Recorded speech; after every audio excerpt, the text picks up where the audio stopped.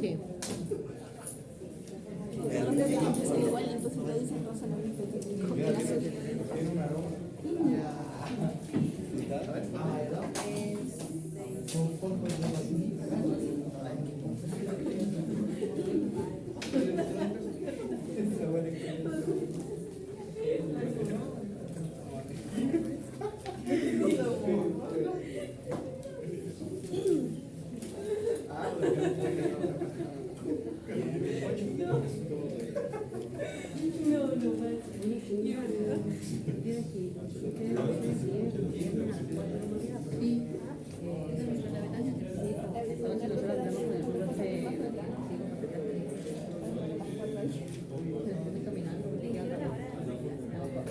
Antes de clase.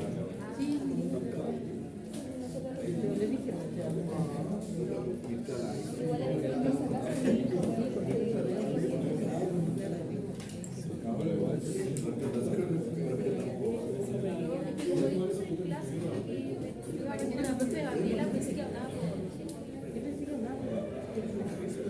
después de aquí que apareció la cerco, pero parece que era porque no.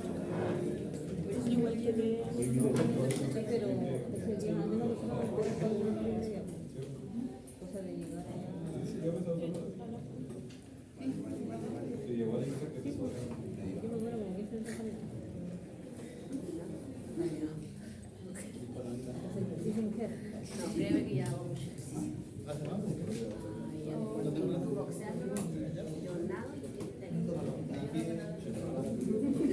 ya estamos niveles. Mira, faltó 100. Hola chiquillos, buenas tardes. Buenas tardes. Bien. Espero que a los que comenzaron hoy día le hayan ido bien prácticas. No sé cómo será esa experiencia de la perspectiva de los docentes, porque yo no estoy ahí. No sé si quiero estar ahí. Y cuando buscar más, ya te conocen, mete gente ya diciendo. Soy uno de los pocos profes que no tienen permiso para salir. Me digo, todos los demás tienen permiso de salir como hacen práctica. Es Julio, la Gaby aquí. Pero que usted tiene más ramo igual. Sí, no, pero como tienen práctica, se les da el permiso de que pueden estar afuera porque están en práctica. Yo como no tengo ningún ramo hacia afuera, bueno, no estoy en eso. Ya, bien. Dentro de lo que me acuerdo que nos quedamos, pues terminamos esto y tratamos una pequeña intro a lo que es razonamiento ético.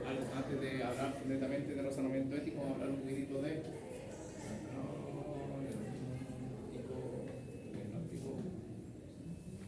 razonamiento. Tenemos hipotético deductivo y inductivo. ¿Alguien sabe qué es eso? ¿Alguien lo ha aplicado? Esto de alguna forma se ve, bueno, en mis tiempos, estoy aterrizando en los 40, estoy diciendo, 40. ¿Qué le puedo exigir a mi cuerpo a los 40? Ya. Se van a dar cuenta más adelante cuando viven en un círculo vicioso, no se dan cuenta cuando los años pasan hasta que algo te frena. Pues, es muy distinto cuando tú haces un proceso y avanzas, otro proceso y avanzas. Oh, yo cuando tenía tantos años estaba ahí. Y ahora estoy acá, como que lo único que hice fue como que antes no hacía clases, ahora hacía clases como el único gran evento de un cambio a otro y como que años vengo haciendo clases como que ustedes avanzan y yo me quedo aquí enseñando a los que vienen, ¿ya? Pero volviendo a eso, esto yo en mi tiempo lo vi en lo que, no sé si se conocerá ahora sí, o ustedes no sé si lo vieron, ciencias naturales. En algún punto creo que se llamó naturaleza. Sí, bueno, yo la vera, vos, profe. No, porque es mío, cuando yo era... Naturaleza era al principio, pues después no, ciencias era naturales. ciencias naturales cuando yo estuve. Cuando yo estuve, yo 40, el 90 y tanto, del 91 al 98, eso me gusta porque el primer año 91, segundo año 92, tercer 93, entonces es más fácil de acordar. Del 91 al 98 era ciencias naturales. ¿Ya? Entonces de ahí sí cambió y después volvió a cambiar. Ahí yo me acuerdo que hablaban de el método científico Y el método científico ocupa este tipo de hipótesis. Muchas veces no se formaliza el nombre o no se declara, solamente que se hace de una manera o se hace de otra manera. ¿Ya? A cada uno le coloca el nombre o ya, bueno, obviamente sí o sí hay que hablarlos con nombres. Razonamiento hipotético inductivo y el deductivo. ¿A alguien le suena inductivo y el deductivo?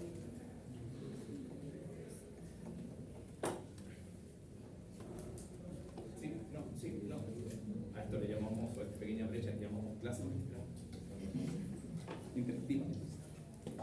Que solamente pregunta y no hablar hasta por si acaso. ¿Alguien se le ocurre? No importa, y nosotros vamos a revisar. Hipotético inductivo, el método hipotético inductivo es un enfoque que se utiliza en la investigación y el razonamiento científico, que busca inferir conclusiones generales a partir de observaciones específicas. Es decir, este método parte de hechos concretos y particulares para llegar a una conclusión general. ¿Ya? ¿No se ve muy bien? ¿No importa?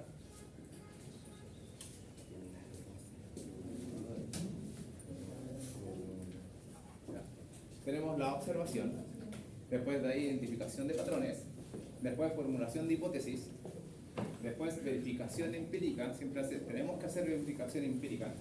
¿Ya? Algunas carreras técnicas no hacen esto. 4 y 5 no lo tienden a hacer. Es como cuando yo reconozco un patrón, para esta cosa hay que hacer esto, y ahí se verá si resulta o no resulta, eso lo verá el jefe. ¿Ya? En este caso, uno como grado profesional aplica algo, tengo que verificar si esta cosa está funcionando o no y tengo que sacar conclusiones. ¿Me resultó o no me resultó? ¿Lo puedo mejorar? ¿No lo puedo mejorar? Hay que desechar. No, este paciente no es para esta técnica no es para este paciente. Y vuelvo al mismo esquema, observación. ¿Ya? Una de las principales características del método inductivo es que se basa en la observación y la recolección de datos empíricos para generar patrones y generalizaciones. ¿Ya? En este proceso el investigador recopila información a través de sus sentidos y las organiza de manera sistemática para encontrar regularidades y patrones, algo que se repita. ¿Ya? A partir de estos patrones se puede formular una hipótesis, una teoría que explique los fenómenos observados. ¿Ya? Bien. Es importante destacar que el método inductivo no es fiable, aquí no es, ¿ya? Y puede llevar a conclusiones equivocadas si no se aplican correctamente sus principios y criterios. ¿Ya? Tenemos el título, entre comillas, razonamiento clínico hipotético inductivo, razonamiento clínico hipotético deductivo. ¿Ya? ¿Qué sucede acá?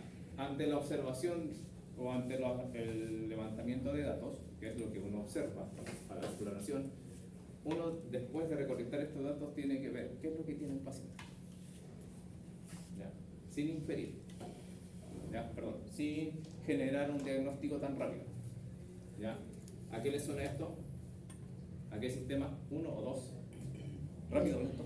El rápido. Al revés. Pero dijo que teníamos que... Tenemos que levantar datos. Todavía no tenemos que sí, ¿ya? sí. Declarar. ¿Ya? El ejemplo de la artrosis. ¿Ya? ¿Qué es lo que sucede? Hago levantamiento de datos. Edad, 57 años. ¿Ya? Deportista de fin de semana, dicen.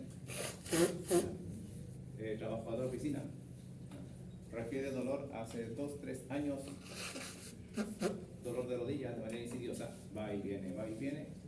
Y ahora último le ha aumentado un poquito su dolor. ¿Ya? Si me meto en el hipotético deductivo, tengo que seguir registrando datos. ¿Cierto? ¿Se ha hecho alguna imagen?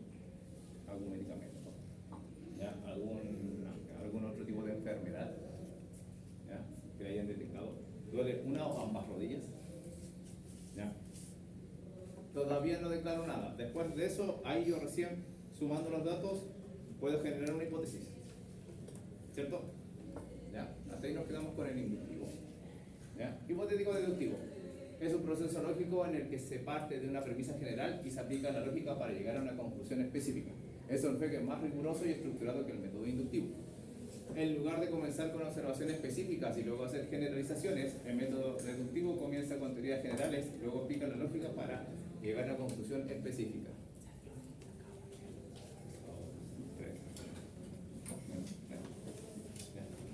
Ustedes tienen 3, ¿no? Siempre están dale.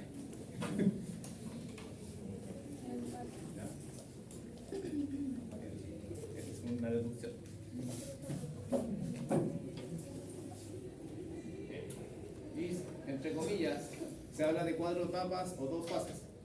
¿Ya? La primera fase es 1, 2, la segunda fase 3, 4. ¿Ya? Pero también lo podemos desarrollar en etapas. ¿Ya? Primero la premisa general, después la deducción, si esto cabe o no cabe, se verifica y después se concluye. Es similar a los diagnósticos rápidos. ¿Ya? El ejemplo anterior, paciente tiene 56 años y le duele la rodilla, artrosis. Médico general. ¿Cierto? Gracias. Gracias. Son 25 pesos. Es más barato, ¿no? Sin trauma de cobra más. ¿Ya? Bien. Muy bien. El proceso de razonamiento deductivo implica 2 fases o 4 etapas. En primer lugar, se establece una premisa general o una teoría. Se habla de que la artrosis de rodilla en los hombres aparece entre los 50 años en adelante. Esa es la premisa. Entonces, todo paciente que venga con dolor de rodilla y que ya tenga sobre 50, tal vez, no. Y algo para el dolor. En primer lugar, después, y se acepta como verdadera. Eso es verdadero para todos los pacientes que me vengan. A continuación se aplica la lógica. ¿Realmente el paciente tendrá esa condición? ¿Ya? Muchas veces esto genera un sesgo. Todos los pacientes que van a entrar por ahí y les duele la rodilla deberían tener artrosis por la edad, por el uso. ¿Ya? Entonces, la lógica me dice de que eso debería pasar, pero tengo que poner la prueba. ¿Ya? Se aplica esta lógica para llegar a una conclusión específica. ¿Será verdad que a todos los pacientes que les duele la rodilla tendrán artrosis? Y ahí es donde uno empieza a derivar con exámenes. ¿Ya? La lógica deductiva se basa en reglas formales y bien definidas que permiten derivar nuevas conclusiones a partir de premisas ya conocidas. ¿Ya? Por eso ustedes, cuando ya empiecen a ver a los pacientes, los métodos o hipótesis deductiva o inductiva va de la mano de la teoría. Aquí sí o sí van de la mano de la teoría y no tanto de la práctica. El problema de tener mucha práctica, esos son los grandes problemas o sesgos, es que como ya tienen una experiencia previa, empiezan a encasillar a los pacientes de manera más rápida y sin menos análisis. Mientras que en la parte teórica es que el profesor tanto me dijo que los pacientes tanto deberían tener esta patología cuando les duele aquí y allá. Entonces voy a buscar si esto es verdad o corroboro al tiro a mi paciente. Cuando eso se me empieza a repetir como ciclo, uno pregunta solamente, levantamiento rápido, le duele aquí y allá, ¿cuántos años tiene? Esto, hipertenso, sí, ya estate, es lo mismo. ¿Ya? Entonces ya no ingresa en el paciente. La experiencia lamentablemente a veces te deja ese sesgo, pero cuando uno tiene experiencia y está muy formada esta duda o de revisión de patrones, es como que ya, yo sé que en el libro sale esto, que me dice esto, que me dice lo otro, y el paciente refiere esto mismo, quiero corroborar para ver si es verdad o no.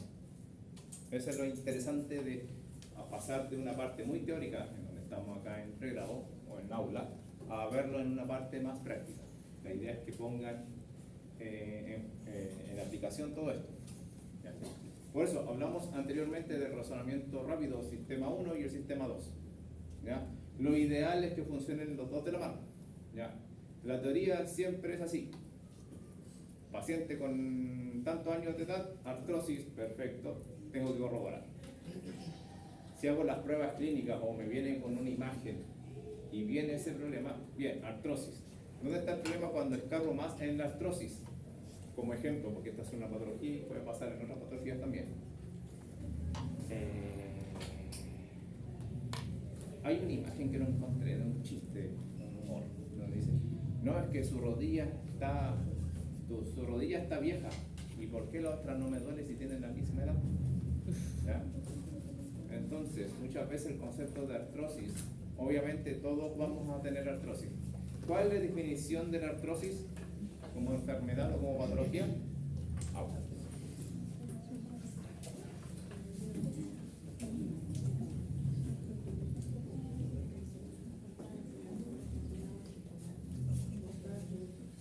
¿Y cuántas fases se dividen?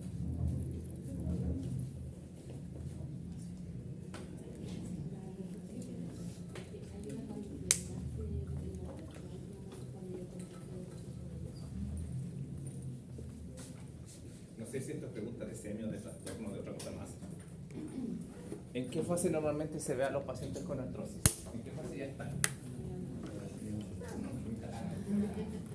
Acá en Chile pasamos seguido, pero en esa fase sí, llegan, pero no tanto. No estamos tan malos.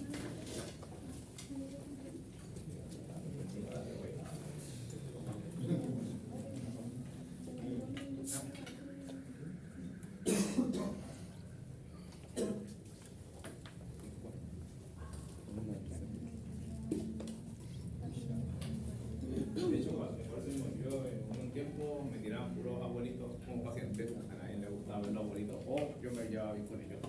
¿Ya? Como lo dije alguna vez, uno come rico ahí. Te traen un necesito, te traen esto, te traen todo. Uno engorda ahí. Yo realmente trajeron un cafecito, no sé qué le pasó al dato. Era un cafecito como hecho de grano.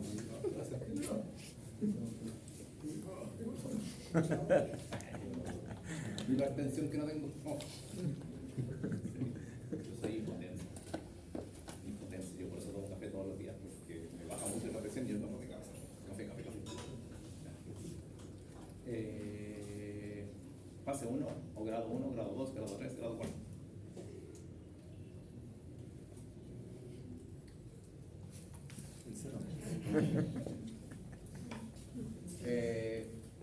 Grado 2, 3. Y me dice, ya, no, grado 1 no tengo idea qué es, grado 2 tampoco. Ya, a ver, ¿por qué nadie llega en grado 1? O a veces un chiribazo cuando el doctor tiene buen ojo, ¿ya? O el médico, ¿ya? Cuando el médico tiene buen ojo, ¿ya? Te los manda en grado 1. El detalle del grado, a ver, las fases de la artrosis en sí, o las fases generales, es la fase 1, disminución del espacio. El problema de por qué nadie llega en esa fase es porque ahí todavía nada duele. Ya cuando hay disminución del espacio, eso ya se considera artrosis. ¿Ya? Grado 1. Grado 2, contacto de las superficies articulares, pero todavía no aparece daño. Grado 3, ya hay daño o empieza la degeneración del cartílago articular, y grado 4 ya hay daño pulmonar. Ya hay exposición del tejido subcondral. ¿Ya? Algunos dividen esa fase 4 en 5 fases, pero no, eso ya es como hilar histológico. ¿Ya? 4 fases normalmente. Por eso mismo en la fase 1 no llega casi nadie. ¿Por qué? Porque como el paciente refiere que no le duele ningún dolor, la fase 2, o sea en la fase 1 nadie aparece porque, como estamos en Chile, si a mí no me duele, ¿a qué voy al doctor? Sí, ¿cierto? No, y uno La tiene que fase- llegar muriéndose al doctor. Sí, también. también. Sí, es la única manera. Yo soy así. La fase 2 y 3, ¿ya? Hay una pequeña ventana de que muchos pacientes, esto me lo da la experiencia, este detalle me lo da la experiencia, ¿ya? Porque ¿dónde está el detalle? En la fase 2-3 o transición 2-3 es cuando empieza a tronar, como dicen algunos, me vuelvo crujiente. ¿Ya? No, profesor. De repente el paciente, no, hace años que hago esto y suena. Ya, se pasa 2, 3. Cuando uno ya empieza a hacer, cuando el paciente empieza a referir, no, hace rato que vengo sintiendo el crépito, de repente me agacho mucho y empieza, pero no me duele. Ya, todavía no le eché daño al tejido. ¿Ya? La fase 3, como ya hay daño en el tejido, perdón, en el cartílago articular, se expone el hueso subcondral, y el hueso subcondral es el que tiene terminaciones nerviosas. El cartílago no tiene terminaciones nerviosas, por eso es que el paciente no refiere nada de dolor. En la fase 3, cuando ya se empieza a agrietar el cartílago, se empieza a exponer terminaciones nerviosas, y es el que pitea y manda información acerca de que te está doliendo. ¿Ya? Y por eso es que la mayoría llega en fase 3, 2 y 3. La fase 4 ya literalmente, en la fase 4 ¿quiénes llegan? No, lamentablemente también es un dato que no me agrada saber de experiencia, es cuando los pacientes son pacientes dependientes de red social. Entonces muchas veces el hijo o el cuidador, le duele, importa que quite, total, lo muevo y listo, y como no camina o se desplaza muy poco, no se queja. Y lamentablemente eso también. Después de ahí cuando llega el familiar, lo lleva al trauma y dice, no, tiene artrosis grado 4, como que ya, me ha tocado lamentablemente, no una vez, varias veces por lo mismo. Entonces ahí es donde uno acude y pregunta, la parte privada no se ve mucho, pero en la parte pública es como que traen trabajo social. ¿Ya? Sí, porque ellos son los que evalúan la red social, si que tiene apoyo, si no tiene apoyo. Aparece los de Verde y compañía, para hacer alguna cosa más fuerte que hoy, pero que se haga. ¿Qué pasa? Esa es la vida real. ¿Ya? Bien. Volviendo a esto del hipotético. Esos serían los dos que obviamente se contrastan con lo que es razonamiento tipo 1, tipo 2. ¿Ya? Y ahora vamos por el razonamiento ético, hablar algunas cosas más. ¿Ya? La ética se ocupa esencialmente de cómo las personas deben comportarse en determinados roles y prácticas sociales. ¿Ya? ¿Viste? ¿Ya? En el cuidado de la salud, la ética tiene que cumplir dos tareas muy diferentes y a veces contrapuestas. En primer lugar, desempeña una función reguladora a la hora de garantizar el cumplimiento de las normas de comportamiento profesional, ampliamente aceptadas y esperadas, incluida la conducta ética de los profesionales sanitarios, o sea, nosotros y ustedes también como alumnos en formación. ¿Ya? Estas normas éticas se expresan en códigos de conducta profesional, cuyo cumplimiento es supervisado por asociaciones y juntas profesionales.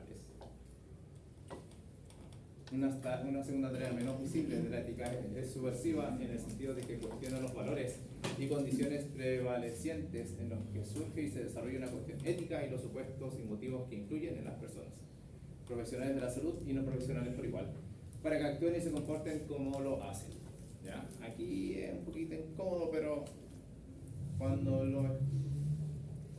tomé esta información me dio sentido porque se vive y más en el sistema hospitalario.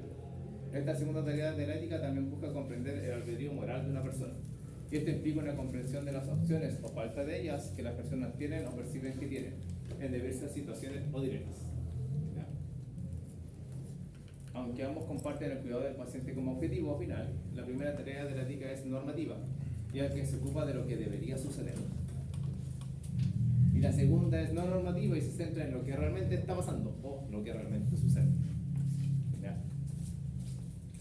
Entre lo que debería suceder y lo que realmente está sucediendo en el cuidado del paciente, existe un panorama moral que a menudo es incierto y difícil de negociar para los profesionales.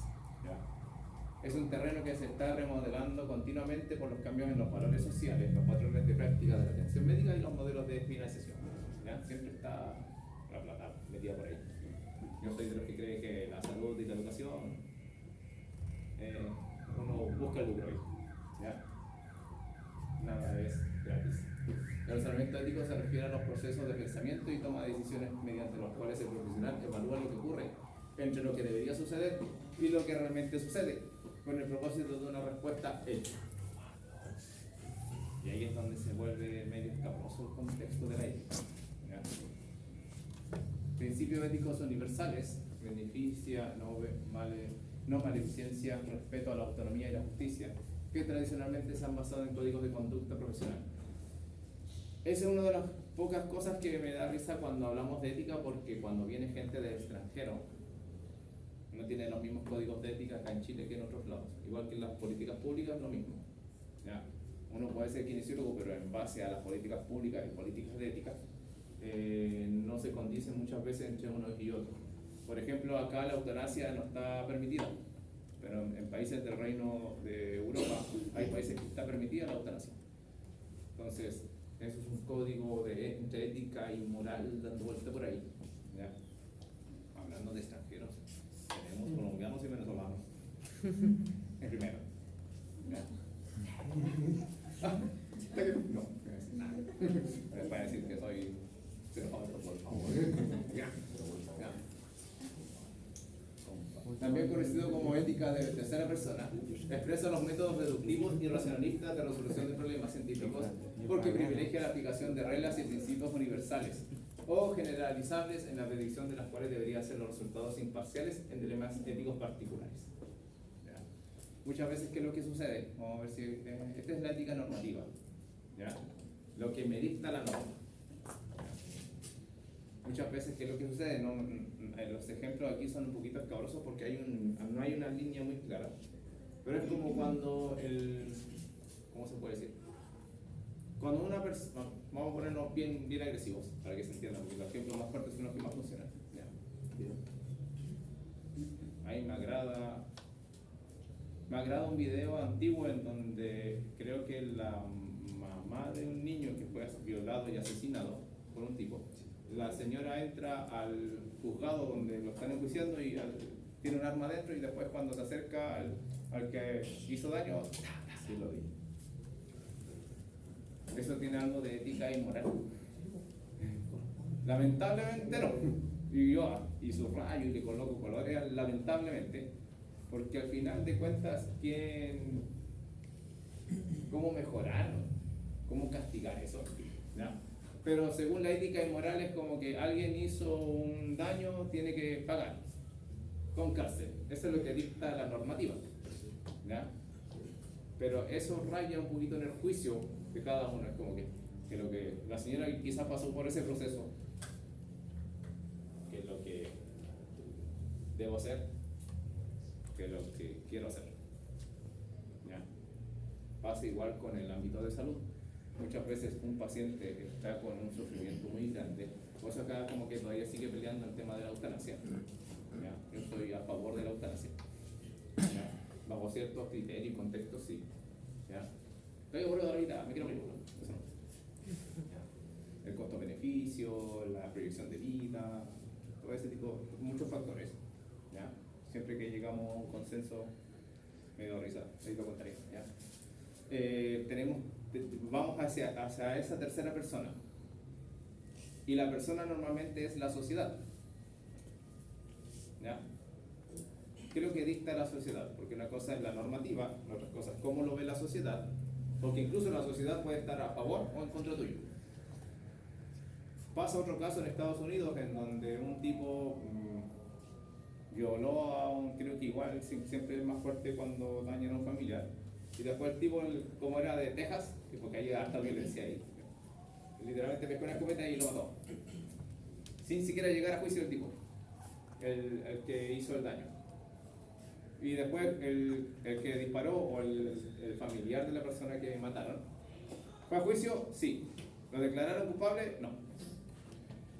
Es una cuestión bien extraña, como bien ambigua, es como que mató a alguien, pero fue como, no sé si fue en defensa propia, pero fue como castigo y eliminó a un ente que no sirve para la sociedad. Entonces al final, ¿qué es lo que determinó el juez? Sintió el pesar y la resolución que tuvo la persona para llegar a eso, y dijo, no lo castigo con cárcel, con nada, ¿ya? Entonces esa tercera persona tiende a ser la sociedad en sí, ¿ya? En el lugar de los demás pacientes, cuidadores y la comunidad, hay un método de investigación llamado razonamiento narrativo, que se ocupa de comprender las experiencias vividas por las personas, su sentido de identidad y sus esfuerzos morales en contextos particulares. Comprender lo que está moralmente en juego para las personas en sus luchas morales en diversos contextos se ha denominado ética en primera persona, y se requiere un reconocimiento de realidades múltiples y socialmente construidas en nuestras relaciones con los demás. Esa es la ética no normativa, ¿ya? ¿Qué es lo que sucede acá? ¿Ya? La no normativa. Esta es una parte, este es un contexto más o menos bonito y triste a la vez, no es tan duro como el anterior, ¿ya? Como para ejemplificar, ¿ya? Este ejemplo no es mío, sino que es de mi jefa mayor, de la mutual. Ella me contó eso porque igual siempre hablamos de ética, no sé por qué siempre llegamos a ese tema, ¿ya? Entonces, una señora que vivió para trabajar, por decirlo así, para que se entienda, ¿sí? ¿Entienden? Vivió para trabajar, años trabajando, años trabajando, ¿ya? Se accidentó, y como en el historial nunca pidió un día de licencia, nunca pidió un día de permiso, respetó sus vacaciones y todo eso, ¿ya? Por lo que me comentaba ella, la señora quería tratar de ver si es que el doctor podía darle unos días más de, no de licencia, de permanencia en el hospital, porque estaba hospitalizado, o sea, en la clínica, porque tuvo un accidente de trabajo. Entonces el doctor revisó su caso, porque eso es lo que comentaba ella, revisó su caso, y como vio que tenía un historial tan limpio, dijo, ya, sí, unos 5 días más, total, paga la empresa, justifico el daño, y listo, ¿ya? ¿Eso es ético? ¿Ya? Pero eso, entre comillas, es una ética no normativa porque hay una pseudo recompensa que está dando vuelta por ahí. ¿Ya? Y entonces ahí esto es un concepto para mí de ética no normativa porque al final la señora literalmente se ha desvivido por la empresa. Si mal, es una cuestión antigua porque alguien alcanzó a conocer la Wrangler acá en Arica, los más viejitos, ¿no? Sí, pero ¿Ya? O si no, los papás de algunos de ustedes, ¿ya? Acá Arica antes teníamos ¿cómo se llama? empresa. Estaba la tienda de las motos acá. Acá se ensamblaban autos, ahí está. Y después se volvían a ir a Chile. ¿Ya? Que nosotros no importa. ¿Ya? Está la Wrangler, igual habían varias empresas y después se han ido porque al final las políticas públicas no funcionan así de frente. ¿Ya? Entonces, aquí comprender lo que está moralmente en juego para las personas en sus luchas morales, en diversos contextos se ha denominado ética de primera persona. El otro ejemplo, muchas veces ustedes, o quizás en algún momento ustedes van a tratar con pacientes y uno tiene que hacer la terapia, muchas veces la terapia no se puede hacer. Entonces, estás o en el cumplimiento de tu función o quieres ver realmente si es que esto se puede lograr o no. ¿Ya? En algún punto, no sé si sea bueno que lo vivan mucho. ¿Ya? Yo lamentablemente, como lo mismo, vivo muchos pacientes. De hecho, un paciente también del contexto me contó más historias feas de eso. ¿Ya? Pero uno va evaluando. Entonces la ética me dice a mí, tienes que cumplir con la terapia. Pero la ética no normativa es que te tienes que poner, no sé si en los zapatos del paciente, aunque no necesariamente, para poder entender si es que esto es necesario o no, si dejo descansar al paciente o no. ¿En qué proceso del duelo está este paciente? El concepto de duelo es ante cualquier pérdida, no netamente es un fallecimiento de algún familiar o un cercano. El duelo se aplica para muchas cosas donde se genera una pérdida. A mí se me pierde el celular, vivo un proceso de duelo. A mí se me pierde el cuaderno o el apunte, vivo un proceso de duelo. ¿Ya? Negación, aceptación, rabia, ira, media psicológica.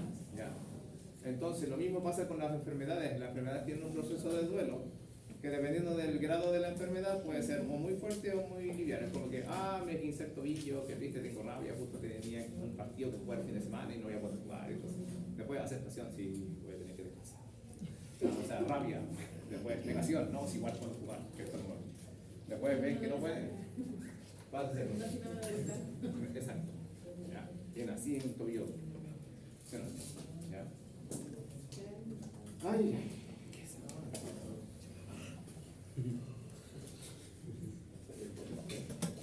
el supuesto puente ético, que se aplica para muchas cosas, pero en este caso para el contexto ético.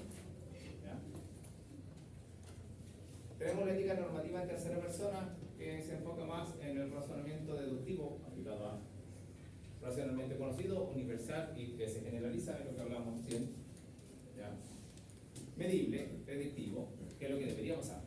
¿Ya? Y nos vamos para el otro extremo del puente, ¿ya? Que está en primera persona, que sería el inductivo derivado de, socialmente construido, depende del contexto, múltiples realidades, relacionados históricamente, cargados de energía y lo que realmente sucede. ¿Ya? Es como cuando ustedes en algún punto, a mí, ¿por qué no me gustaba paciente hospitalizado? Porque uno iba con toda la intención de hacer algo y al final lo único que logras hacer es sentarte al borde de la cama. O incluso, menos que eso, dependiendo de lo que uno observe, solamente con él trabajé MTB pasivo de extremidades inferiores y no pude hacer nada más. Y uno va con toda la fuerza y con toda la fe para hacer un montón de cosas y al final no se le hace casi nada. ¿Dónde está el detalle? Ese poco que se hace sirve mucho para el paciente. El proceso de realizar MTB o realizar cualquier movilización hace que de alguna manera se mantenga el flujo sanguíneo. Ustedes ya lo saben, lo vivimos en GNT2. Tienen muchos factores de ayuda hacia un paciente, y más si un paciente que está hospitalizado, con poco movilidad, con poco movimiento o sin ningún desplazamiento. ¿Ya? Entonces, aquí es donde uno ve lo que quiere hacer o lo que debería suceder y lo que realmente sucede. ¿Ya? Nos basamos en este contexto de un lado para otro. ¿Qué es lo que quiero hacer? ¿Qué es lo que puedo hacer? ¿Qué es lo que necesita el paciente? ¿Qué es lo que logra hacer en el paciente? ¿Ya trabajaron objetivos hoy día con los pacientes hospitalizados, los que tocó hospitalizados? ¿Mañana? Bien. ¿Ya? Voy al alcance de objetivos porque esta semana espero ver objetivos en laboratorio, que los vamos a trabajar. ¿Ya? Porque los objetivos que yo planteo no son los mismos que ustedes tienen que generar en los pacientes, en este caso, por ejemplo, hospitalizados, es donde más se genera el choque. ¿Ya? Porque no cuadra mucho lo que es el sistema SMART con lo que se busca en un paciente. Los objetivos tenemos general, específico, operacionales, pero en un paciente hospitalizado los objetivos normalmente se declaran por día, no por un grupo de sesiones. Entonces ahí es donde va modificándose o viendo cómo se adapta. ¿Ya? Entonces tenemos acá en la tercera persona valores, conocimientos y obligaciones de los profesionales, valores, conocimientos y obligaciones de la comunidad de práctica, códigos de conducta profesional, como un contrato social con la comunidad en general. ¿Ya? Y en el otro lado, valores, conocimientos, perspectivas del paciente cuidador, valores, conocimientos, experiencia histórica de la comunidad, cultura, históricos, políticos, socioeconómicos y ambientales. En general, ¿ya? Ustedes van a estar deambulando por estas dos cositas. Un alcance dentro del razonamiento ético, ¿ya? Que a veces se escapa de este mismo ambiente. Es lo que ahí se conversó un poquitito ahí con el muchacho, ¿ya? El humor de enfermería. ¿Ya? ¿Qué es lo que pasa? Esto raya entre la ética y no ética. Mientras haya anonimato, se mantiene en la ética. ¿Sí? Y se mantiene dentro de las conductas sanas de salud mental. ¿Ya? ¿Qué quiere decir esto? Aunque no está explícito, pero sí hay estudios. ¿Ya? Yo cuando estaba en el mismo nivel que ustedes, encontraba aberrante e insultante que mis compañeros se refirieran y se burlaran de los pacientes que veía. Era joven, ingenuo, ¿ya? Sí, muy fatal.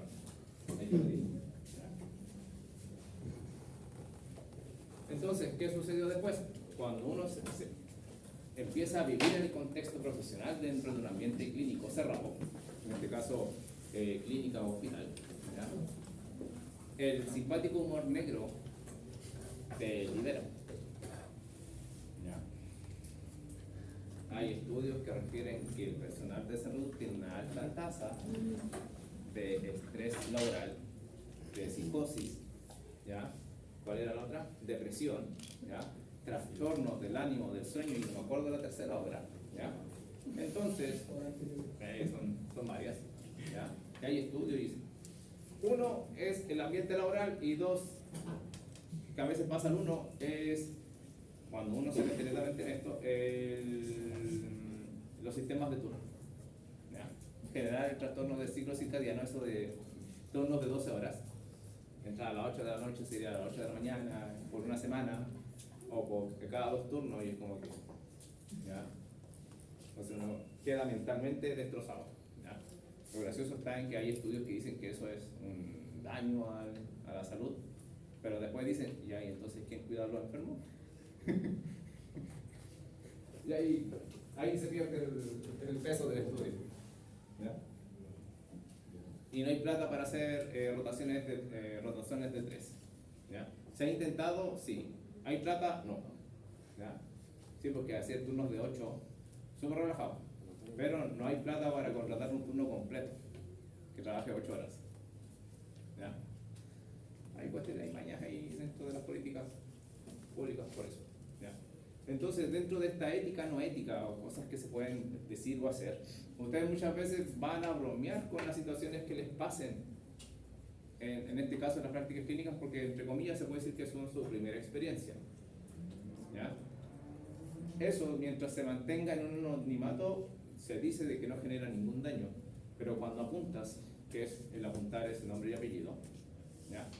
E invades el espacio personal de esa persona a la cual se están refiriendo, eso ya es antiético, ¿ya? Porque uno puede decir, hoy no, tengo tal paciente, yo me refiero a casi todos los pacientes, muchas veces, o cuando tenían más contacto con pacientes, como que, hoy el otro día hablé de usted, y se ríen de ¿qué les digo? ¿Ya? Porque ellos también hablan de mí. Me pelan, pero bueno. ¿Ya? Entonces, cuando uno tiene el permiso, perfecto, uno puede nombre y apellidos, pero cuando no, uno lo mantiene en el anonimato, que es lo que normalmente hago yo en base a la experiencia. Que tal paciente pasó esto, que otro paciente pasó esto, no doy nombre, a veces ni siquiera doy género, otras veces le doy los dos géneros, ¿ya? Pero por lo menos se mantienen en el anonimato, ¿ya? Siempre hablo de los olores del paciente de Mutual, ¿ya? Que sacó los calcetines y voy a decirlo así, y ahí yo lo digo, las cobardes, no, las con poca vergüenza, me mandaron a mí. ¿Le podéis decir al caballero de allá que mañana venga con que se lave los pies porque está fuerte? Y como era el tren, o sea, estaba mi jefa y dos niños más y estaba yo, como que, anda a decirle tú, ¿por qué no le dicen ustedes? No, decirle tú, porque eres hombre.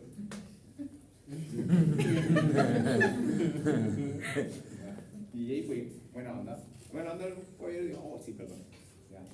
Y yo entreno y, sí.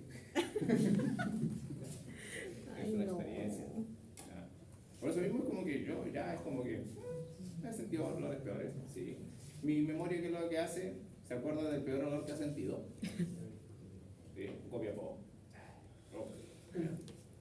Entonces, mientras nada, cuando algo supere eso, ahí voy a colapsar y va a ser mi próximo olor que me voy a acordar. Pero ahí sí me voy a robar de nuevo. Bien. Despierto.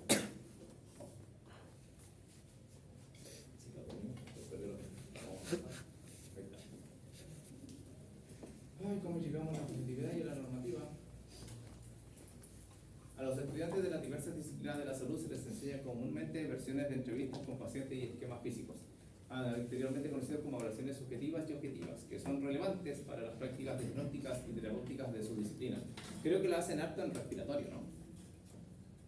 Cuando van a hacer, que como nunca he preguntado bien qué es lo que hacen allá en simulación, no sé si son pacientes formados, como que uno hace una pregunta y aparece una respuesta, o la profesora o la paciente simulada responde de cierta manera. No, son fantasmas. ¿Ah, son fantasmas? Ah, no, pero es que igual los fantasmas a veces uno dice, ya el paciente está así, acá, ya, entonces. No, sí, a eso voy, que son pacientes ya estructurados ya. Los estudiantes de salud a menudo han aprendido, ya sea que los educadores lo hayan querido o no, que ser objetivo y evitar el sesgo subjetivo son las posturas perceptivas preeminentes del solucionador de problemas. ¿Ya? Por eso es que yo me estreso con ustedes cuando los evalúo. ¿Ya? ¿Ya? No puedo generar sesgo ni hacer suposiciones de que usted sabe algo sin que yo escarbe para ver si es que realmente llego a la conclusión correcta. ¿Ya? Lo tengo que asumir. ¿Ya? Es lo que pasó ahora esta semana, la semana pasada, cuando les pedí marcar ciertas cosas a los de tercero. Y yo dije, sí, está bien. Y ahora, ¿por qué cree que ese punto está correcto? ¿O por qué llegó ahí? Porque si yo veo y marcó bien, yo no sé si fue chiripazo o realmente escarbó y buscó y vio en el libro y marcó. ¿Ya? Por eso yo tengo que preguntar. No tengo que inferir, no, si se ve que estaba bien marcado, listo, no. ¿Ya? Tengo que saber realmente cómo llegó a ese punto. Lo mismo pasa con ustedes, lo mismo pasa con esto, ¿ya? De que no podemos sugerir muchos sesgos. ¿Dónde está el problema? De que la experiencia te lleva al sesgo. La repetición te lleva al sesgo porque cuando empiezas a repetir, empiezas a saltarte pasos, ¿ya? De hecho, lo gracioso está, de hecho eso nos dicen los expertos en simulación, ¿ya? Que nosotros en las prácticas clínicas o antes de ingresar a prácticas clínicas deberíamos tener una gran cantidad de horas de simulación. ¿Por qué? Porque se enfocaron en los pilotos de aviación. Los pilotos de vuelo comercial tienen una cantidad impresionante de horas de simulador y bajo un montón de escenarios programados, ¿ya? Entonces, como ellos, ¿ya?, tienen esa cantidad de horas y el personal de salud no tiene un sistema para alcanzar esa mejora. ¿Ya? Por eso es que ahora, hace años, en mis tiempos, eso no existía de la simulación. ¿Ya? ¿Ya? Ahora último tenemos dos centros, el de medicina y el de Hatzal, ¿ya? De simulación. Y para nosotros, nada. ¿Ya? El deseo de objetividad también ha permeado en los modelos de razonamiento ético en la atención sanitaria. ¿Ya? La hegemonía de los datos objetivos sobre los objetivos está cambiando gradualmente a medida que se valora cada vez más la utilidad de establecer objetivos colaborativos e incorporar el punto de vista del paciente. ¿Ya? Pero todavía pasa. De hecho, los últimos pacientes que he tenido yo pensé que había alguna mejora y se nota y se siente. ¿Ya? ¿Qué le dijo el médico? No sé, me leyó el examen y me dio esta receta. Y ahí salía, KNT por 10. Por eso le llamé. Ah, ya. Pero le dijo algo, no, ni siquiera me tocó. Eso es una gran subjetividad. Eso es bastante subjetivo. Porque ahora, todo entre comillas, no, ni tan nuevo, porque esto es del 2000 y algo, incluso un poquito más atrás. ¿Ya? Hay que integrar al paciente. De hecho, el concepto de razonamiento narrativo habla de eso. Y es uno de los grandes puntos para recoger información. ¿Dónde está el problema? Que ahí todavía no se entrena bien para llegar a un consenso en el razonamiento narrativo. ¿Cómo dirigir las preguntas? ¿Qué tipo de preguntas hacer? ¿Cuáles no? Porque se mete mucho esto de en qué momento paso o no paso a llevar al paciente. De hecho, partiendo solamente con preguntarle la edad, ya hay una discusión ahí. ¿Cómo le preguntan la edad al paciente? El año que nació. Ya. ¿Qué más? O sea, los doctores tienen que tener cuidado con las preguntas que se le puedan realizar. Sí, por eso mismo, incluso uno preguntándole la edad puede pasar a llevar Porque a mí, emociones. o sea, en experiencia personal, un médico me vio y me preguntó acerca de mi actividad igual y yo cero, porque tenía que ver con la lesión, o sea, Ya. pero me preguntó y me dijo, no, mejor que tú me respondas estas cosas porque son importantes.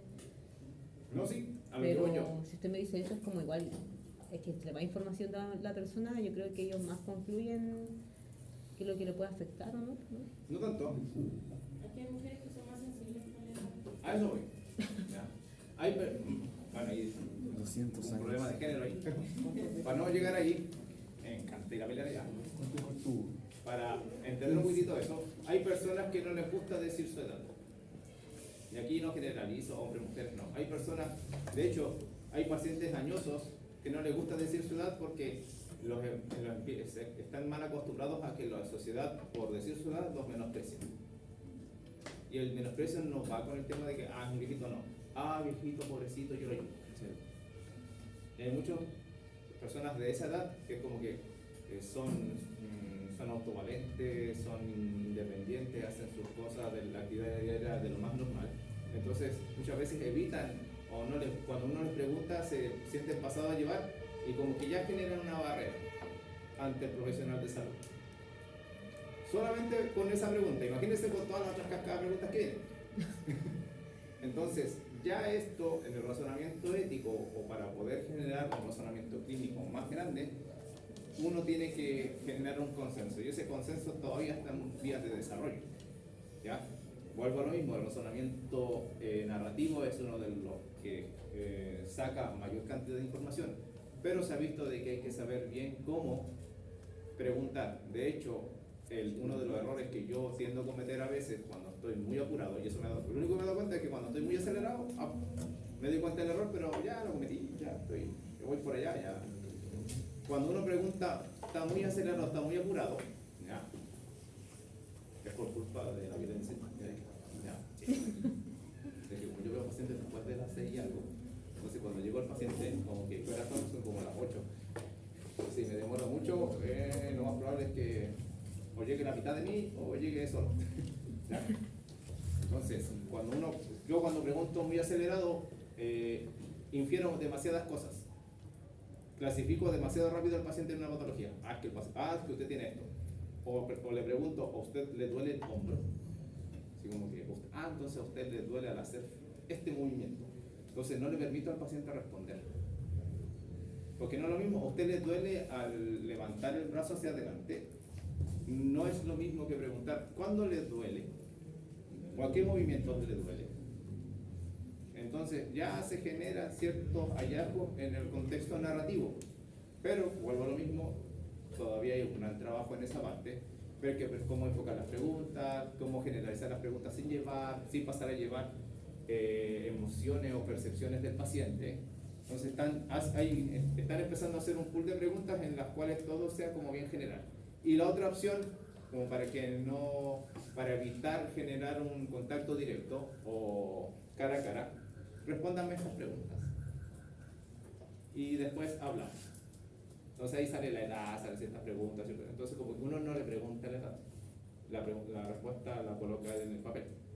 Entonces uno, de manera verbal, uno no se la dice, sino que está de manera escrita, y eso se ha visto que no genera tanto estrés o no se empiezan a generar barreras, porque todo el mundo sabe que al rellenar un documento tiene que rellenar ciertos datos sí o sí, y no van emociones en ese papel, ¿ya? Entonces ahí es otro factor a tener presente. ¿Ya?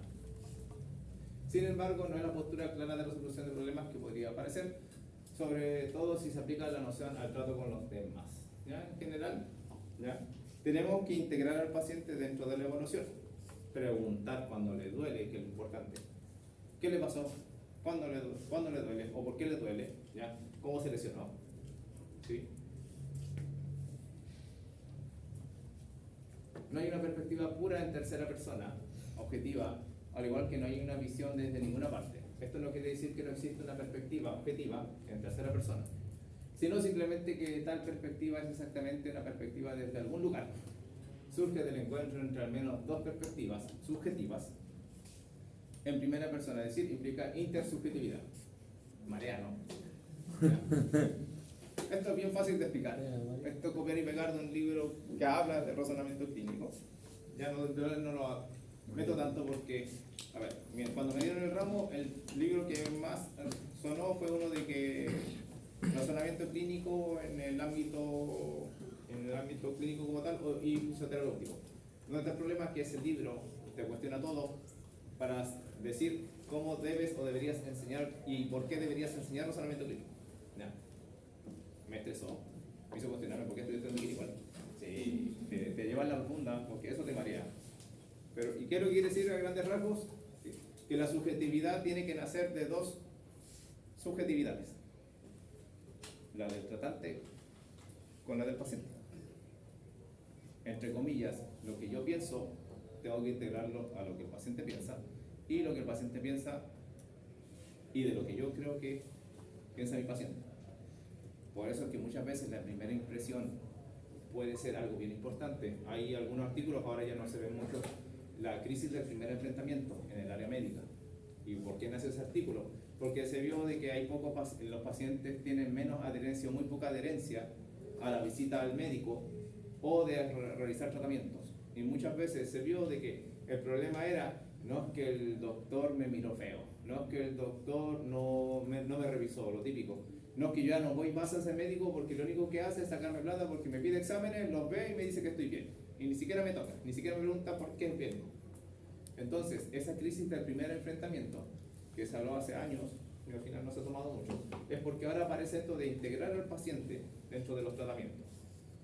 Pero vuelvo a lo mismo, no se ha arreglado mucho porque sigo escuchando a pacientes de que el médico ni siquiera me revisó, ni siquiera me tocó, con suerte me dijo buenos días, ¿ya? Y pasa lamentablemente mucho en la salud pública. Sigue pasando eso. No me acuerdo el nombre del médico ya, menos mal que se me olvidó, pero no importa. ¿Ya? Que me irrita. ¿Por qué? Porque en clínica, hola, buenos días, ¿cómo estás, señorita? Un gusto tenerla acá. Y en el hospital, nada. Entonces, sí, no me acuerdo el nombre, pero cuando lo veo. Es irritante eso, es irritante y sigue pasando. Y por eso muchas veces pasan estas cosas, ¿ya? Lo subjetivo, lo que yo pienso de ese paciente, y acá incluso en enseñanza también ocurre. ¿Ya? Pero uno tiene que ser objetivo. Es como que ya pautas de evaluación y aquí y allá y acá, y es como que a ver, el concepto de caer mal, viéndolo de manera bien franca, quizás me retenga arriba, no importa. ¿Ya? Dos cosas. Para que se entienda, porque después esto mismo ustedes mentalmente lo explican a los pacientes. ¿Ya? Si me cae mal, tengo dos caminos. Como docente, dice: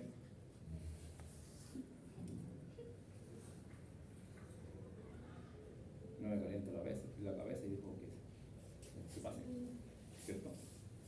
¿Ya? O no. ¿Ya? Entonces muchas veces uno dice: ay, no, sí, pasaste. Sí, no sé cómo. El profe ni me quería. Quizás por eso. No te quería ni ver. ¿Ya?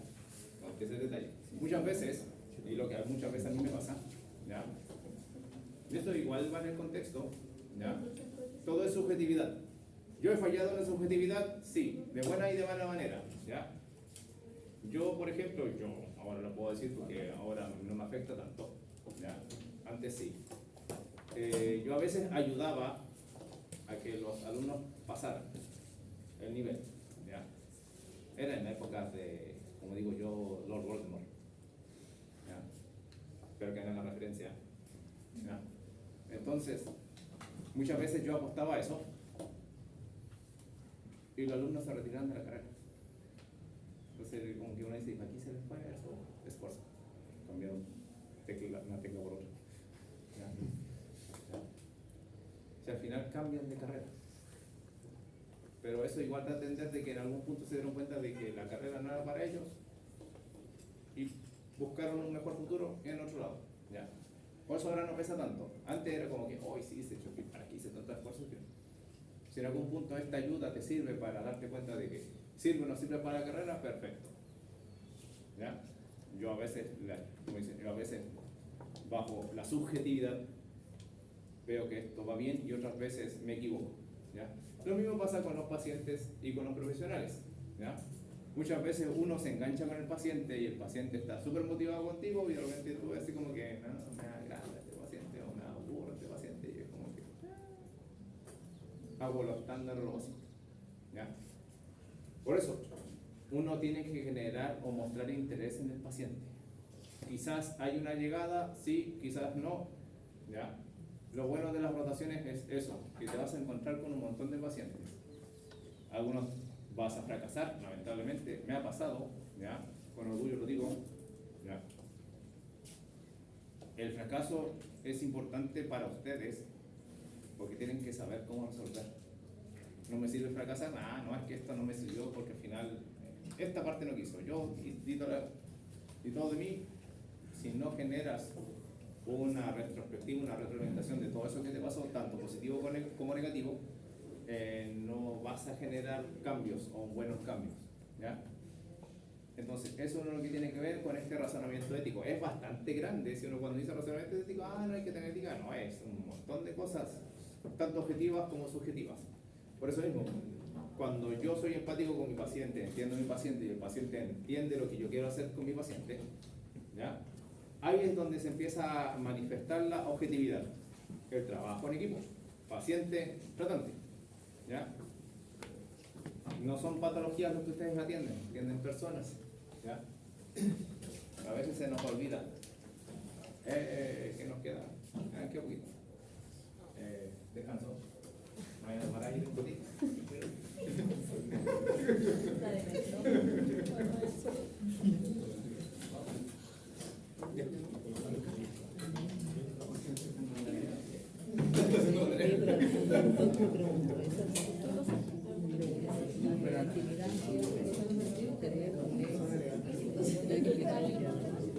Siento que esas preguntas obviamente tienen que ir con la edad ya hay generaciones de cristal, que hablan de chicos que son vergonzosos, pero ¿qué tan vergonzosos? Dije, ¿sabes qué? De 800 lo voy a molestar.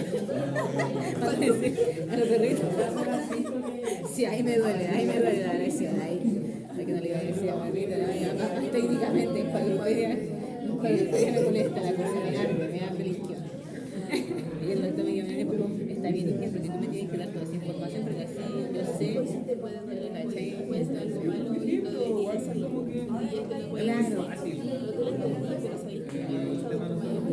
decir, eso no entiendo por qué la gente es como tabú porque si no, más encima que el claro, más encima el fisiatra porque es especialista igual en el movimiento, entonces obviamente qué movimiento vaya a hacer, no sé. Al menos yo creo que 100 o 50 estudiantes. 150 no vamos a la mierda. No, pues encuesta digital, pues tiene que poner un buen universo. Si el profe dijo, no, pues 50 por cada carrera, pues está lo mismo el nivel o no. Es que es digital nomás, porque por ejemplo, igual lo queríamos hacer por la carrera de sueños, ahí no sabemos cómo, porque es como más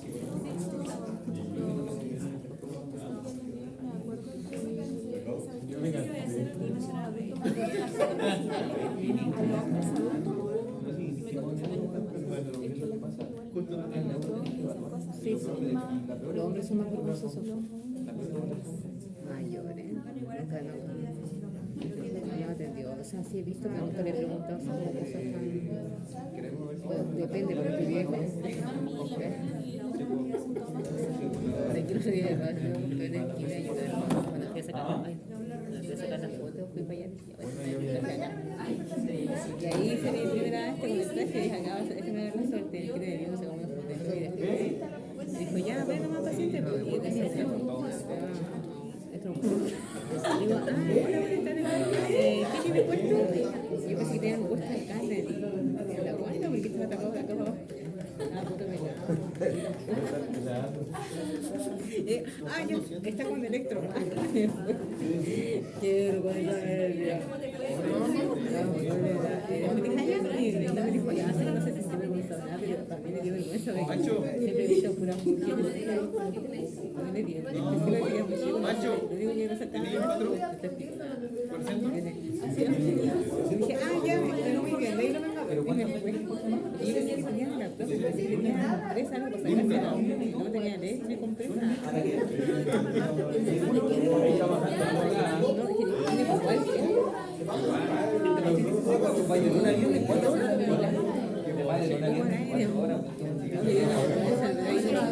pero va a estar crack.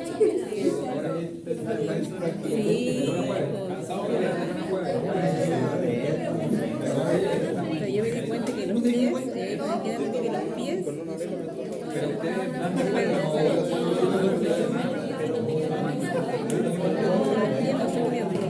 he visto en 15 y con los pies están descarados, huelen mal, o el tema de la asiática, que tienen que pasar por ahora porque los pies y una vez, y me di cuenta que los pies no son.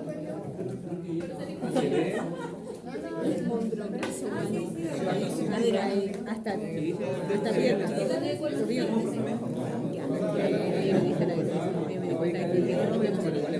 Después que me hablé de pie y dije, o sea, entró un caballero, ahí cuando me di cuenta porque los pies tenían, si yo se los pintaba. Entonces estoy dado, está todo.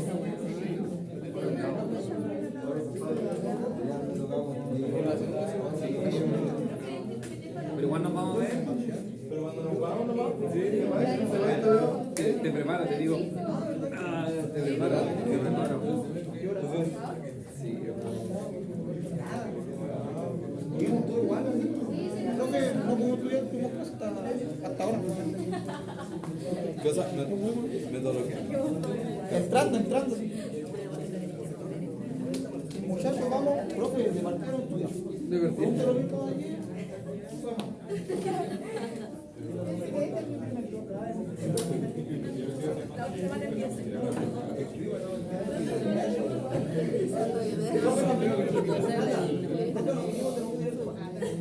Después volví ahí, después estaba yendo día por medio. Y después le dije a Francisco, me lo brazos a ver. Como a ellos se dio la mejor saber a una mujer que también tenía el mismo y era con su esposa, me dijo, ay, que la mujer que tenía el religión, pero no sabe se encuentra así.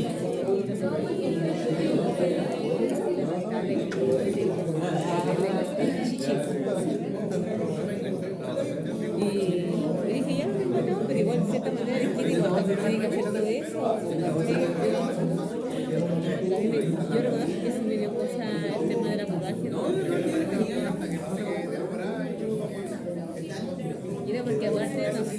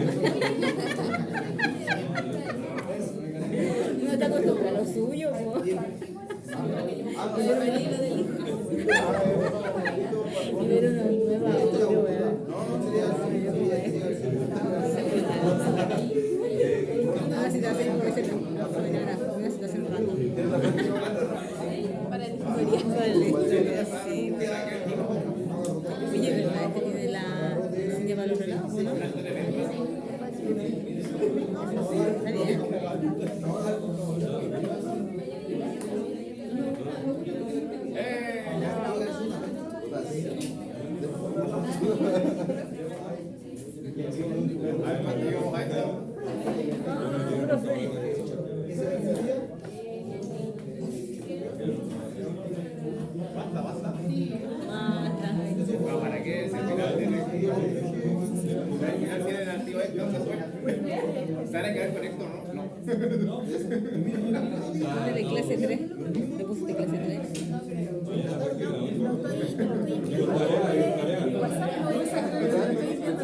Ya.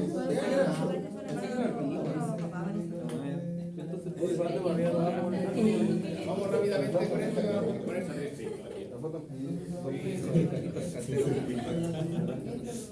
No.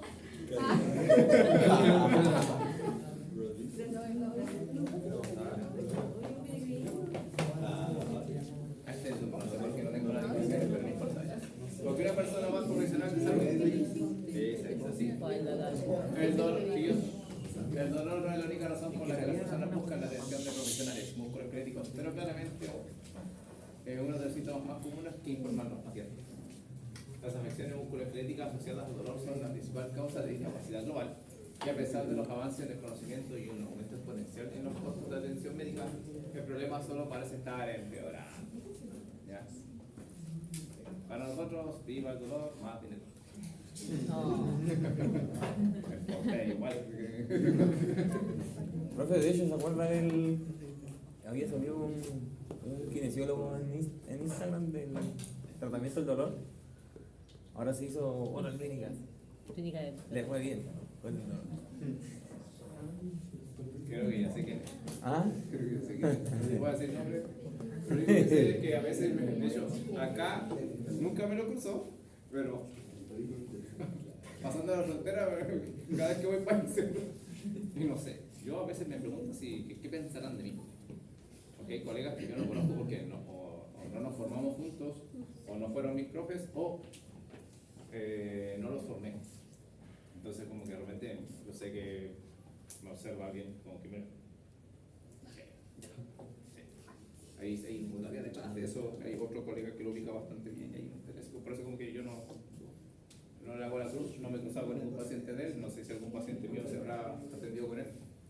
Nada. No tengo ni críticas ni positivas ni negativas en el ambiente kinésico. ¿Ya? En otro tipo de críticas sí hay harto que hablar. Pero ya hablan de eso. Las afecciones musculoesqueléticas asociadas al dolor son la principal causa de discapacidad por el cielo. ¿Ya? ¿Dónde está el detalle? Bueno, alcances rápidos en Australia y en Canadá, más que todo en Australia, el estado, o el país mejor dicho, para no pasarlo por ninguna política, el país en sí invierte mucho dinero en el análisis, estudio y tratamiento del dolor. ¿Ya? De hecho, allá hay 2 a 3 exponentes de gran peso. ¿Ya? Y de hecho, allá trabaja en la Universidad de Queensland, que es como la universidad más grande que tiene Australia. Hay el Mark Jones, que es uno de los de donde saco harta información de razonamiento clínico. Él tiene allá su curso doctorado de razonamiento a través de la narrativa. ¿Ya? Entonces invierten harto en el contexto de dolor. ¿Ya? Comprender el dolor y los factores que contribuyen a él es un primer paso importante para tratar y manejar eficazmente a los pacientes con dolor. ¿Ya? Hay muchos pacientes que uno no sabe bien cómo manejan su dolor. ¿Dónde está el detalle? Me dio risa porque lo vi en el curso, no en el curso, en la jornada que se hizo de kinesiología. ¿Ya? Fue bastante gracioso. Por el hecho de que, no sé quiénes vinieron de ustedes, Andrés Flores y Pablo Venegas. ¿Ya? Venegas fue mi alumno. Sí, ya, buena onda. Está más relajado, está más sedita. Ellos hablan de otro colega que es Jorge Torres, que es uno de los de la Universidad Católica, que está igual metiéndose full en el tema del dolor.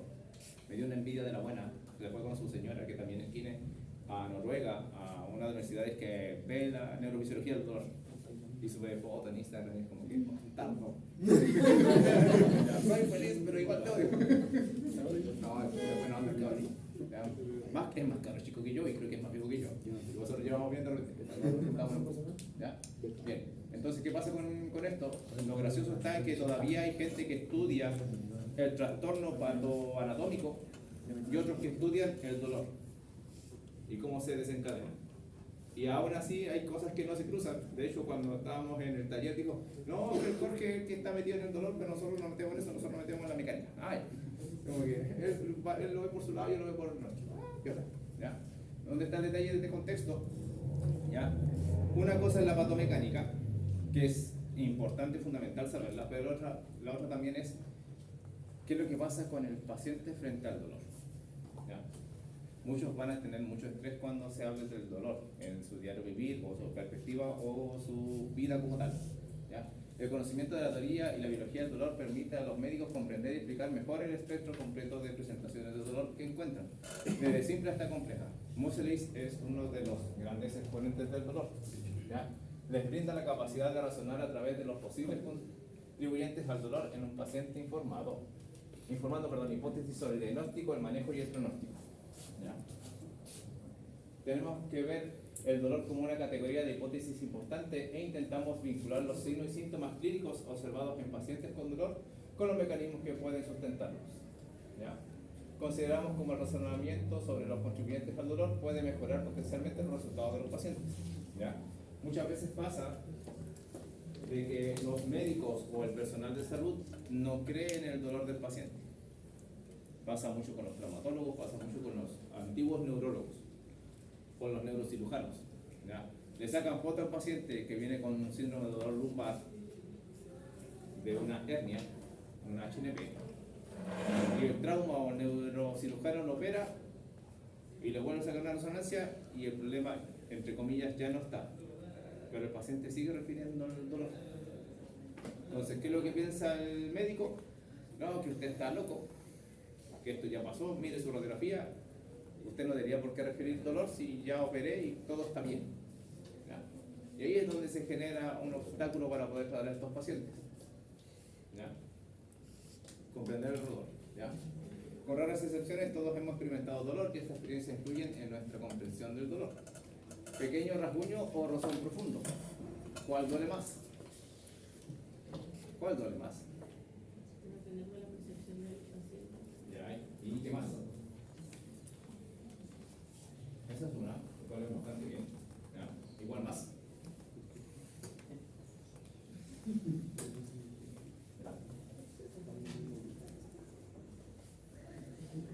¿Cuál duele más?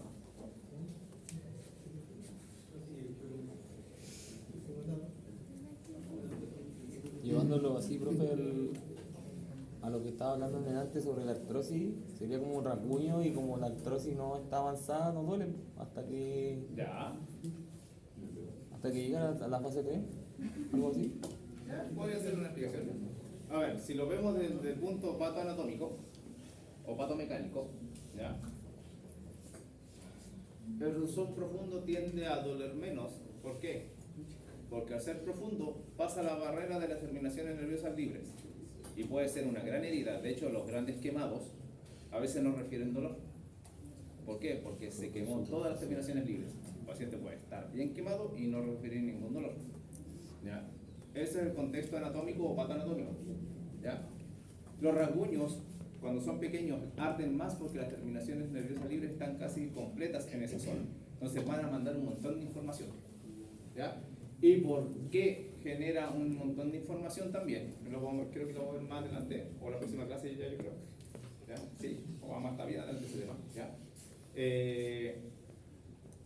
El rasguño o la pequeña lesión en superficie me informa de que hay un daño en el ambiente. Y ante eso necesito protegerme. Si yo me meto a uno de estos árboles que tienen espinas y yo no me doy cuenta y me genera un rasguño pequeño, si no me llega esa información, ¿qué voy a hacer? Voy a seguir caminando por ahí. Pero si yo veo que me rasguño y paro y analizo, árbol con espina, le hago al lado, me hago el quite y paso por otro lado. ¿Ya? De eso me sirve, entre comillas, de que sea una gran alarma o una pequeña alarma. ¿Ya? ¿Y cuál es la relación? Como dijo su compañero igual, de la percepción que tenga el paciente, pero esa percepción va de la mano que muchas veces está relacionado con algo, la experiencia previa, ¿cierto? El ejemplo que dice Mosley, ¿ya? Es simpático, como que de hecho casi todos los casos que él habla también son casos reales. Habla de que una persona va caminando en Australia por la playa y siente un piquete en la pierna. Su experiencia previa dice de que ha de ser una espina, sigo caminando, ¿ya? Después cuando llega para allá se siente algo mareado y se ve la pierna y lo mordió una serpiente. Allá es común. Así, ¿Ya? Es común. Por eso. Entonces, por eso, la experiencia previa me dictó de que, como sufrió un piquete, lo más probable es de que ella haya sentido que antes se haya pinchado con alguna aguja o con una espina en el suelo, en la playa. No le tomó ninguna importancia. ¿Ya? Entonces, para la próxima vez que va a pasar que sienta algo así, se va a preocupar. Entonces, esa experiencia previa le va a dar una razón más importante al dolor que está refiriendo el paciente. ¿Ya? Esto es mucho más enfocado al ámbito musculoesquelético. Yo siempre doy el ejemplo, incluso los van a empezar a vivir en un ratito más, o sea, en un tiempo más. ¿Ya? Incluso hasta conmigo yo creo que lo viven.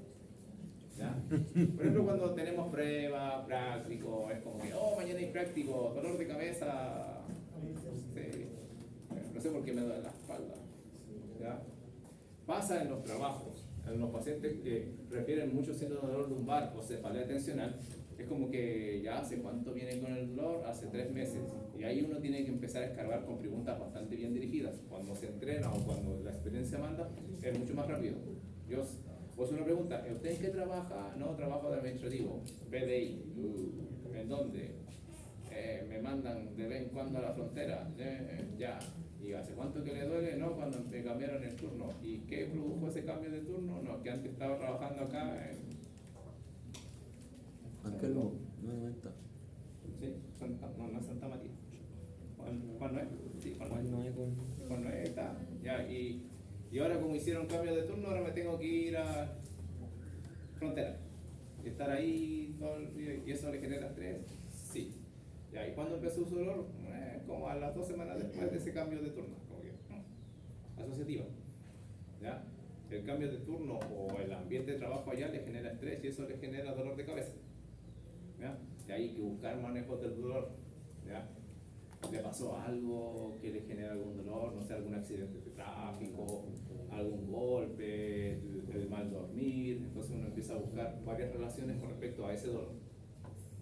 Y el dolor solamente aparece cuando le hacen el cambio de turno a frontera, porque no le gusta estar en frontera.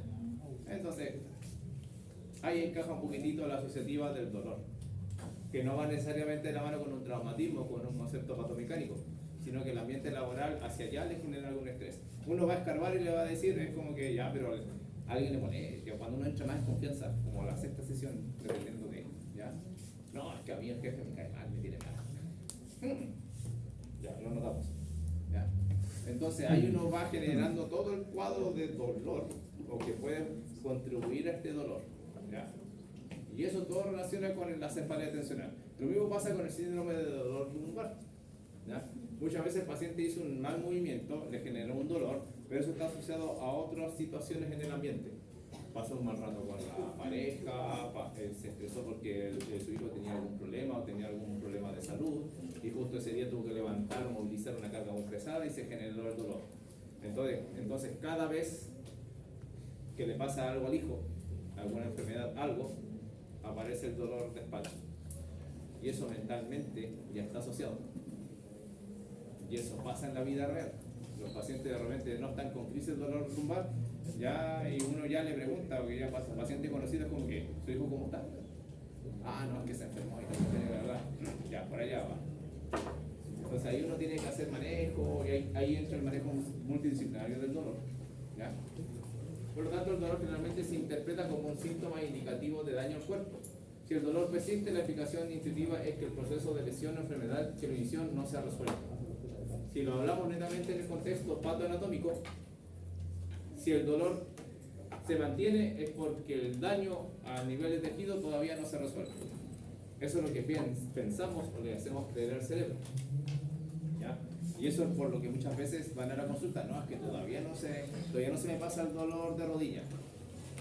Y el doctor me dio medicamento, hice 10 sesiones con kine y todavía no se me resuelve. Entonces, todavía tengo dañada o tengo rota la rodilla, ¿ya? Pero no es realmente así, ¿ya? Desafortunadamente, la capacitación que reciben muchos profesionales de salud refuerza la comprensión intuitiva del dolor. Los modelos patanatómicos del dolor que representan el dolor como un marcador de daño tisular siguen siendo influyentes. Los pacientes siguen creyendo que es así. Y peor aún, muchos vienen con diagnóstico de Google.